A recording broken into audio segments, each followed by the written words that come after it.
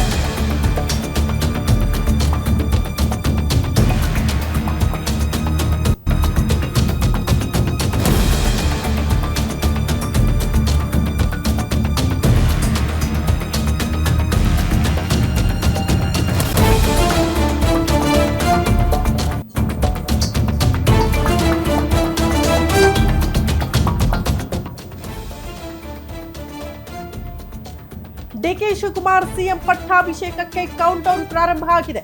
ಬುಧವಾರ ಸಾಯಂಕಾಲ 4:05 ಬುಧವಾರ ಸಂಜೆ 4:05 ಸಿಎಂ ಆಗಿ ಕನಕಪುರದ ಬಂಡೆ ಪ್ರಮಾಣ ವಚನ ಸ್ವೀಕರಿಸಲಿದ್ದಾರೆ. ಡಿ.ಕೆ. ಶಿವಕುಮಾರ್ ಪ್ರಮಾಣ ವಚನಕ್ಕೆ ಸಾಕ್ಷಿಯಾಗಲಿದೆ ಇಡೀ ಕಾಂಗ್ರೆಸ್ ಹೈಕಮಾಂಡ್. ಎಲ್ಲ ವರಿಷ್ಠರು ಕೂಡ ಬರಲಿದ್ದಾರೆ ಅಂತ. ಸಿಎಂ ಆಗಿ ಪ್ರಮಾಣ ವಚನ ಸ್ವೀಕಾರಕ್ಕೂ ಮುನ್ನ ಡಿ.ಕೆ. ಶಿವಕುಮಾರ್ ಅವರು ದೆಹಲಿ ಪ್ರವಾಸ ಕೈಗೊಳ್ಳುತ್ತಿದ್ದಾರೆ. ಅದರ ಅರ್ಥ ಒಂದು ವರಿಷ್ಠರನ್ನ ಆಹ್ವಾನ ಮಾಡೋದು. ಬೆಳಿಗ್ಗೆ 10 ಗಂಟೆಗೆ ದೆಹಲಿ ಪ್ರಯಾಣ ಮಾಡೋದಕ್ಕೆ ಡಿ.ಕೆ. ಶಿವಕುಮಾರ್ ನಿರ್ಧಾರ ಮಾಡಿದ್ದಾರೆ. ಪ್ರಮಾಣ ವಚನ ಸ್ವೀಕಾರ ಸಮಾರಂಭಕ್ಕೆ ಹೈಕಮಾಂಡ್ ನಾಯಕರಿಗೆ ಅಧಿಕೃತವಾಗಿ ಆಹ್ವಾನ ಕೊಟ್ಟು ಬರೋದಕ್ಕೆ ಹೋಗ್ತಿದ್ದಾರೆ ಅಂತ. ಇದರ ಜೊತೆಗೆ ಮತ್ತೊಂದು ವಿಚಾರ ಇದೆ, ಹೇಳ್ತೀನಿ. ಸೋನಿಯಾ ಗಾಂಧಿ, ರಾಹುಲ್ ಗಾಂಧಿ, ಪ್ರಿಯಾಂಕಾ ಗಾಂಧಿ, ಕೆ.ಸಿ. ವೇಣುಗೋಪಾಲ್, ಸುರ್ಜೇವಾಲಾ ಅವರಿಗೆ ಆಹ್ವಾನ ಕೊಟ್ಟು ಬರೋದಕ್ಕೆ ಹೋಗ್ತಾ ಇದ್ದಾರೆ. ಹೈಕಮಾಂಡ್ ನಾಯಕರ ಜೊತೆಗೆ ಫೈನಲ್ ಆಗಿ ಸಂಪುಟದ ಸಹೋದ್ಯೋಗಿಗಳ ಲಿಸ್ಟ್ ಅನ್ನ ಫೈನಲ್ ಮಾಡ್ಕೊಂಡೇ ಬರಬೇಕು ಅನ್ನುವಂತ ನಿರ್ಧಾರದಲ್ಲಿದ್ದಾರೆ. ಹಂಗಾಗಿ ಚರ್ಚೆ ಮಾಡಿ ಒಂದು ಪಟ್ಟಿ ಹಿಡ್ಕೊಂಡು ಬೆಂಗಳೂರಿಗೆ ವಾಪಸ್ ಆಗ್ತಾರೆ ಡಿ.ಕೆ. ಶಿವಕುಮಾರ್ ಅಂತ. ಹಂಗಾಗಿ ದೆಹಲಿಗೆ ಪಟ್ಟಾಭಿಷೇಕಕ್ಕೂ ಮುನ್ನ ದೆಹಲಿಗೆ ಹೋಗ್ತಾ ಇರೋದ್ರಿಂದ ತೀವ್ರ ಕುತೂಹಲ ಅಂತೂ ಇದೆ ಕಾಂಗ್ರೆಸ್ ಪಾಳ್ಯದಲ್ಲಿ. ಕಾರಣ ಈ ದುಂಬಾಲು, ಲಾಭಿ, ಒತ್ತಡಗಳು ಎಲ್ಲ ಜಾಸ್ತಿ ಆಗ್ತಾ ಇದೆ ಕೆಲ ಹಿರಿಯ ಶಾಸಕರಿಂದ. ಈ ಬಾರಿ ಹೊಸ ಮುಖಗಳಿಗೆ ಆದ್ಯತೆ ಕೊಡ್ತಾರೆ. ಯಂಗ್ಸ್ಟರ್ಸ್ ಮೊದಲ ಪ್ರಿಫರೆನ್ಸ್ ಆಗಿರುತ್ತೆ ಡಿ.ಕೆ. ಶಿವಕುಮಾರ್ ಅವರದ್ದು ಅಂತ ಹೇಳಲಾಗ್ತಾ ಇದೆ. ಆ ಮೂಲಕ ಸಂಪುಟಕ್ಕೆ ಒಂದು ಹೊಸ ಚೈತನ್ಯ ಕೊಡಬೇಕು, ಹೊಸ ಟಚ್ ಕೊಡಬೇಕು, ಆ ಮೂಲಕ ಪಕ್ಷ ಸಂಘಟನೆ ಆಗಬೇಕು ಅನ್ನುವಂಥ ವಿಚಾರಗಳನ್ನ ಇಟ್ಕೊಂಡಿದ್ದಾರೆ ಅಂತ ಹೇಳಲಾಗ್ತಾ ಇದೆ. ಹಾಗಾದ್ರೆ ಆ ಹೊಸ ಮುಖಗಳು ಯಾರು? ಯಂಗ್ಸ್ಟರ್ಸ್ ಶಾಸಕರು ಯಾರು? ಸಚಿವ ಸ್ಥಾನ ಪಡೆದುಕೊಳ್ತಾ ಇರುವಂತಹ ಶಾಸಕರು ಯಾರು? ಡಿ.ಕೆ. ಶಿವಕುಮಾರ್ ಅವರ ಲಿಸ್ಟ್ ಅಲ್ಲಿ ಇರುವಂತಹ ಹೆಸರುಗಳು ಏನು? ಸಿದ್ದರಾಮಯ್ಯನವರ ಲಿಸ್ಟ್ ಅಲ್ಲಿ ಇರುವಂತಹ ಹೆಸರುಗಳು ಏನು ಅಂತ. ಸಿದ್ದರಾಮಯ್ಯನವರು ಒಂದಷ್ಟು ಜನಕ್ಕೆ ಬೇಕೇ ಬೇಕು ಸಚಿವ ಸ್ಥಾನ, ಇಂಥದ್ದೇ ಖಾತೆಗಳನ್ನ ಕೊಡಬೇಕು ಅಂತ ಡಿಮ್ಯಾಂಡ್ ಇಟ್ಟಿದ್ದಾರೆ ಅಂತ ಹೇಳಲಾಗ್ತಾ ಇದೆ. ಹಾಗಾಗಿ ಇಬ್ಬರ ಲಿಸ್ಟ್ ಅಲ್ಲಿ ಯಾರ ಕೈ ಮೇಲಾಗುತ್ತೆ, ಯಾವ ರೀತಿ ಅಂತಿಮ ಮಾಡುತ್ತೆ ಈ ಲಿಸ್ಟ್ ಹೈಕಮಾಂಡ್ ಅನ್ನೋದು ಕುತೂಹಲ. ದೆಹಲಿಯಲ್ಲಿ ಇವತ್ತು ಮತ್ತೊಂದು ಸುತ್ತಿನ ಸಂಪುಟ ಕಸರತ್ತಿದೆ. ಇವತ್ತೇ ಫೈನಲ್ ಆಗುತ್ತಾ ಡಿ.ಕೆ. ಶಿವಕುಮಾರ್ ಜೊತೆ ಪಟ್ಟಕ್ಕೇರುವವರ ಪಟ್ಟಿ ಅನ್ನೋದು ಪ್ರಶ್ನೆ ಇದೆ. ಕಾರಣ ಡಿ.ಕೆ. ಶಿವಕುಮಾರ್ ಅವರ ಜೊತೆ ಪ್ರಮಾಣ ವಚನ ಸ್ವೀಕಾರ ಮಾಡುವಂತಹ ಶಾಸಕರು ಯಾರು ಸಚಿವರಾಗಿ ಅಂತ. ಸಚಿವರ ಪಟ್ಟಿ ಜೊತೆ ಡಿ.ಕೆ. ಶಿವಕುಮಾರ್, ಸಿದ್ದರಾಮಯ್ಯ ದೆಹಲಿ ಪ್ರವಾಸ, ಯಾರ ಲಿಸ್ಟ್ಗೆ ಓಕೆ ಅನ್ನಬಹುದು ಹೈಕಮಾಂಡ್, ಯಾರಿಗೆ ಸಿಗಬಹುದು ಸಚಿವ ಸ್ಥಾನ ಅನ್ನೋದು ಕುತೂಹಲ ಇದೆ. ವೇಣುಗೋಪಾಲ್, ಸುರ್ಜೇವಾಲಾ, ಡಿ.ಕೆ. ಶಿವಕುಮಾರ್, ಸಿದ್ದರಾಮಯ್ಯ ಚರ್ಚೆ ಮಾಡಿ ಪಟ್ಟಿಯನ್ನ ಅಂತಿಮ ಮಾಡಲಿದ್ದಾರಂತೆ. 2 OBCಗೆ ಪ್ಲಸ್ 2 SCಗೆ, 1 STಗೆ, 2 ಒಕ್ಕಲಿಗ, 1 ಮುಸ್ಲಿಂ, ಹೀಗೆ ಸಮುದಾಯವಾರು ಹಂಚಿಕೆ ಆಗುತ್ತೆ ಸಚಿವ ಸ್ಥಾನ. ಸಿಎಂ ಸೇರಿ ಒಟ್ಟು 11 ಶಾಸಕರ ಮೊದಲ ಹಂತದ ಪಟ್ಟಿ ಫೈನಲ್ ಮಾಡುವ ಸಾಧ್ಯತೆ ಇದೆ. ಇವತ್ತು ವರಿಷ್ಠರ ಜೊತೆ ಚರ್ಚೆ ಮಾಡಿ ರಾಜ್ಯಸಭೆ ಪ್ಲಸ್ ವಿಧಾನ ಪರಿಷತ್ ಚುನಾವಣೆ ಬಳಿಕ ಉಳಿದ ಸ್ಥಾನಗಳನ್ನ ಭರ್ತಿ ಮಾಡುವಂತಹ ತೀರ್ಮಾನಕ್ಕೆ ಬಂದಿದ್ದಾರಂತೆ. ಮೊದಲ ಹಂತದಲ್ಲಿ ಸಿದ್ದರಾಮಯ್ಯ ಬೆಂಬಲಿಗರಿಗೆ ಸಚಿವ ಸ್ಥಾನವನ್ನ ಭದ್ರ ಮಾಡಲಾಗುತ್ತೆ. ಹಂಗಂದ್ರ ಮಾತ್ರ ಯಾವುದೇ ರೀತಿಯ ಅಸಮಾಧಾನಗಳು ಇರಲ್ಲ ಅಂತ. ಮೊದಲ ಪಟ್ಟಿಯಲ್ಲಿ ಸ್ಥಾನ ಪಡೆಯುವ ಸಂಭಾವ್ಯ ಶಾಸಕರು ಯಾರು ಸಚಿವರಾಗಿ?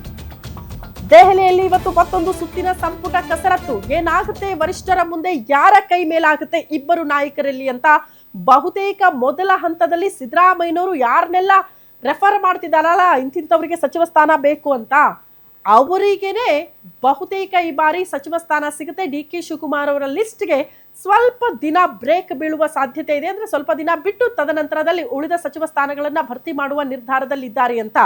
ಈ ಬಾರಿ ಸಮುದಾಯವಾರು ಸಚಿವ ಸ್ಥಾನ ಹಂಚಿಕೆ ಆಗಬೇಕು ಅಂತ ಸೊ ಬಹುತೇಕ ಎಲ್ಲಾ ಸಮುದಾಯಗಳಿಂದ ಅನೇಕ ಶಾಸಕರು ರೇಸ್ ನಲ್ಲಿ ನೋಡೋದಕ್ಕೆ ಸಿಗ್ತಿದ್ದಾರೆ. ನನಗೆ ಬೇಕೇ ಬೇಕು, ಕೊಡದೇ ಇದ್ರೆ ಹಂಗ್ ಮಾಡ್ತೀವಿ ಹಿಂಗ್ ಮಾಡ್ತೀವಿ ಅನ್ನುವಂಥದ್ದೆಲ್ಲ ಇದೆ. ಯಾವಾಗಲೇ ಆಗಲಿ ಡಿ ಕೆ ಶಿವಕುಮಾರ್ ಅವರ ಸಂಪುಟದ ವಿಚಾರ ಮಾತ್ರ ಅಲ್ಲ, ಯಾರೇ ಆದರೂ ಕೂಡ ಸಂಪುಟಕ್ಕೆ ಸಂಬಂಧಪಟ್ಟಂತೆ ಈ ರೀತಿ ಹೆಸರುಗಳು ಓಡಾಡಿದಾಗ ಕೆಲವೊಂದಷ್ಟು ಕಡೆ ಅಸಮಾಧಾನಗಳಿರುತ್ತೆ. ಅದನ್ನ ಬಗೆಹರಿಸುವ ಪ್ರಯತ್ನಗಳು ಕೂಡ ಆಬ್ವಿಯಸ್ಲಿ ಪಕ್ಷದಿಂದ ಆಗುತ್ತೆ. ಸೊ ಈ ಬಾರಿ ಹೆಂಗಿರುತ್ತೆ ಅನ್ನೋದನ್ನ ಕಾದ್ ನೋಡ್ಬೇಕು.